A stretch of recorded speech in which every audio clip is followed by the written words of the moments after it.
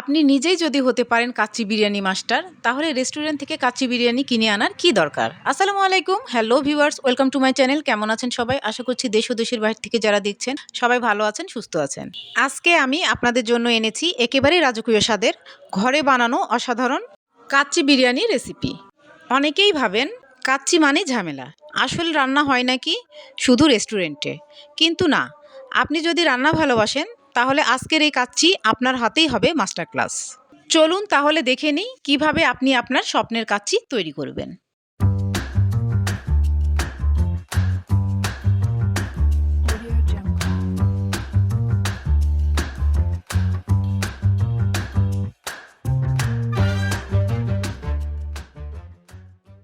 এখানে ফরচুন ব্র্যান্ডের 1 কেজির 1 প্যাকেট বাসমতি রাইস রয়েছে।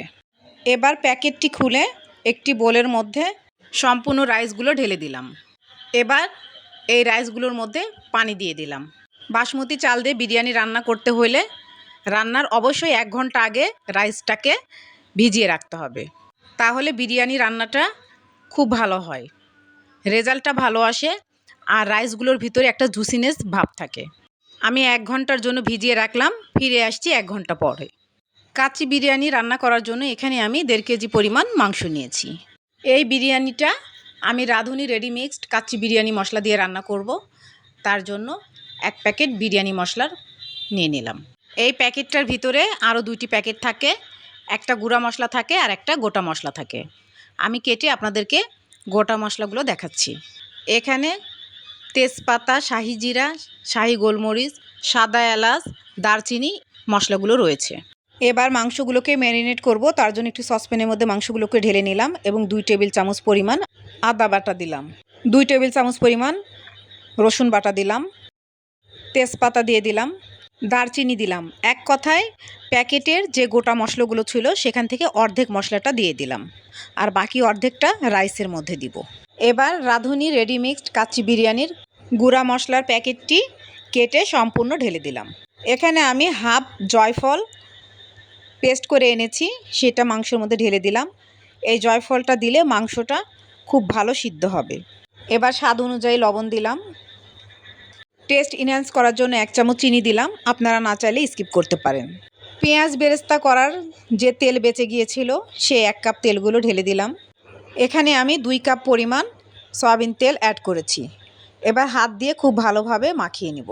মাখানো হয়ে গিয়েছে, 2 কাপ পরিমাণ পেঁয়াজ বেরেস্তা দিয়ে দিলাম। এই বিরিয়ানি রান্নাতে অবশ্যই পেঁয়াজ বেরেস্তা দিতে হবে। আগে থেকে পেঁয়াজ বেরেস্তা করে রেখেছি আমি, সেটা আর আপনাদেরকে দেখালাম না, এতে ভিডিওটা অনেক লং হয়ে যাবে। এবার খুব ভালোভাবে পেঁয়াজ বেরেস্তা দিয়ে মাংসটাকে মাখিয়ে নিচ্ছি। আপনারা খেয়াল করে দেখবেন আমি কিন্তু কোনো প্রকার কাঁচা পেঁয়াজ ইউজ করিনি, এতে টেস্ট ভালো আসবে না। আবার 1 কাপ পরিমাণ সয়াবিন তেল দিয়ে দিলাম, ভালোভাবে উল্টে পাল্টে হাত দিয়ে মাখিয়ে দিলাম। এবার হাফ কাপ পরিমাণ টক দই দিয়ে দিলাম, আবার খুব ভালোভাবে মাখিয়ে নিলাম। মাখিয়ে 1 ঘন্টার জন্য রেস্টে রেখে দিলাম। বিরিয়ানিতে আলু দেব, সেই জন্য আলু ভাজার জন্য কড়াইয়ে চুলায় বসিয়ে দিয়েছি। আপনারা বিরিয়ানিতে আলু খেতে না চাইলে না দিতে পারেন, তবে আমার কাছে মনে হয় আলু না দিলে কাচ্চি বিরিয়ানি মনেই হয় না। 1 চিমটি পরিমাণ জাফরান রং এবং 1 চামচ চিনি দিয়ে সামান্য পরিমাণ লবণ দিয়ে এই আলুগুলোকে আমি ভেজে তুলে নিয়েছি। এতে আলুগুলোর টেস্ট অনেকটাই বেড়ে যায়। বিরিয়ানিতে দুধ দেব, সেজন্য এখানে আমি 1 কাপ গুঁড়া দুধ নিয়ে নিলাম এবং 1.5 কাপ পরিমাণ পানি দিয়ে দুধটাকে গুলিয়ে রাখলাম। কাচ্চি বিরিয়ানিতে গুঁড়া দুধ দিলে টেস্টটা বেশি ভালো আসে। আপনারা গুঁড়া দুধ দিতে না চাইলে গরুর দুধও দিতে পারেন। দুধ গুলানো রেডি হয়ে গিয়েছে, এবার আমি একটা সাইডে রেখে দিলাম। 1 ঘন্টা পর ফিরে আসলাম। রাইসগুলোকে বয়েল করার জন্য আগে থেকে চুলায় পানি বসিয়ে দিয়েছি, পানির বলক চলে এসেছে। এখন বাকি গোটা মশলাগুলো পানির মধ্যে ঢেলে দিলাম।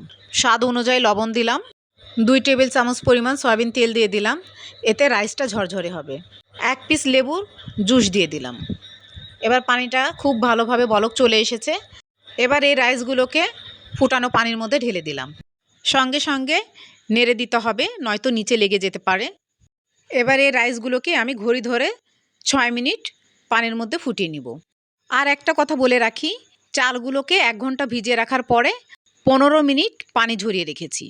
রাইসটা হতে হতে দুধের মধ্যে 1 কাপ পরিমাণ ঘি মিশিয়ে রাখলাম। ঘিটা অবশ্যই দিতে হবে, নয়তো বিরিয়ানির সেই টেস্টটা আসবে না। 1 চা চামচ চিনি দিলাম। রেডি করে একটা সাইডে রেখে দিলাম, এতে রান্নার সময় সুবিধা হবে। সরি, চালটা ফুটানোর পরে আমার ভিডিওটা মিসিং হয়ে গেছে, সেজন্য দেখাতে পারলাম না। ঠিক ঘড়ি ধরে 6 মিনিট আমি ফুটিয়ে নিয়েছিলাম, আর চালটাকে 50% আমি বয়েল করে নিয়েছিলাম। 50% বয়েল হয়ে যাওয়ার পরে একটা ছাঁকনিতে রাইসগুলোকে ঢেলে দিয়ে পানি ঝরিয়ে নিয়েছি। এবার বিরিয়ানিটাকে দমে বসাবো, তার জন্য মাংসগুলোকে একটি পাতিলের মধ্যে পার করে নিয়েছিলাম, আর ভেজে রাখা আলুগুলো মাংসের উপরে দিয়ে দিলাম। আপনারা খেয়াল করে দেখবেন, মাংস কিন্তু রান্না করিনি আমি, কাঁচা মাংস 1 ঘন্টা ম্যারিনেট করে রেখে দিয়েছিলাম। এই কাঁচা মাংসের উপরেই এবার রাইসগুলো ছড়িয়ে দিব। কয়েকটি কাঁচামরিচ ছড়িয়ে দিলাম, 1 কাপ পরিমাণ পেঁয়াজ বেরেস্তা ছড়িয়ে দিলাম, 8-10টা আলু বুখারা ছড়িয়ে দিলাম, 1 মুঠ পরিমাণ কিশমিশ ছড়িয়ে দিলাম। এবার 50% বয়েল করা রাইসগুলো মাংসর উপর দিয়ে দিলাম। রাইসগুলোটা এরকম বয়েল হবে, হাত দিয়ে চাপলে ভেতরে শক্ত থাকবে। রাইসগুলো উপর দিয়ে ছড়িয়ে দিলাম। এবার 1 মুঠ পরিমাণ পেঁয়াজ বেরেস্তা দিলাম, 1 মুঠ পরিমাণ কাঠবাদাম কুচি ছড়িয়ে দিলাম, 1 মুঠ পরিমাণ কিশমিশ ছড়িয়ে দিলাম, কয়েকটি কাঁচামরিচ দিলাম। এবার ঘি মিশানো দুধগুলো একটি চামচ দিয়ে চারিদিকে ছড়িয়ে দিলাম। 1 চিমটি জাফরান কালার গুলিয়ে রেখেছিলাম, সেটা দিয়ে দিলাম। খুব সামান্য দিতে হবে, বেশি দেওয়া যাবে না। আর উপর দিয়ে গোলাপ জল ছড়িয়ে দিলাম, এতে একটা শাহি শাহি ফ্লেভার আসবে। এবার ঢাকনার 4 সাইডে আটা দিয়ে সিল করে ঢাকনা দিয়ে ঢেকে দিলাম, এতে পাতিলের ভিতরের ভাপটা বাহিরে বের হবে না, আর দমেই বিরিয়ানিটা রান্না হয়ে যাবে। শুরুতে চুলার হিটটা হাই ফ্লেম থাকবে। একটা জিনিস খেয়াল করবেন, ঢাকনার উপরে হাত দিয়ে দেখবেন, যখন আপনি 1 সেকেন্ডও ঢাকনার উপরে হাতটা রাখতে পারছেন না, তাহলে বুঝে নেবেন যে ভিতরে স্টিম তৈরি হয়ে গেছে। তখন লো হিট দিয়ে 1.5 ঘন্টা একটি তাওয়ার উপরে পাতিলটাকে রেখে রান্না করে নিতে হবে। 1.5 ঘন্টা পর ফিরে আসলাম, ঢাকনাটাকে খুলছি, দেখা যাক কি হয়। ওয়াও, দারুণ হয়েছে। পাতিলের 4 সাইডের আটাগুলো এবার তুলে ফেলে দিব। রেস্টুরেন্টের মতনই কি দারুণ স্মেল বেরিয়েছে। এবার একটু নেড়েচেড়ে উল্টে পাল্টে দেখাচ্ছি, দেখুন দেখতে কি দারুণ হয়েছে, কি ঝরঝরে, অসাধারণ।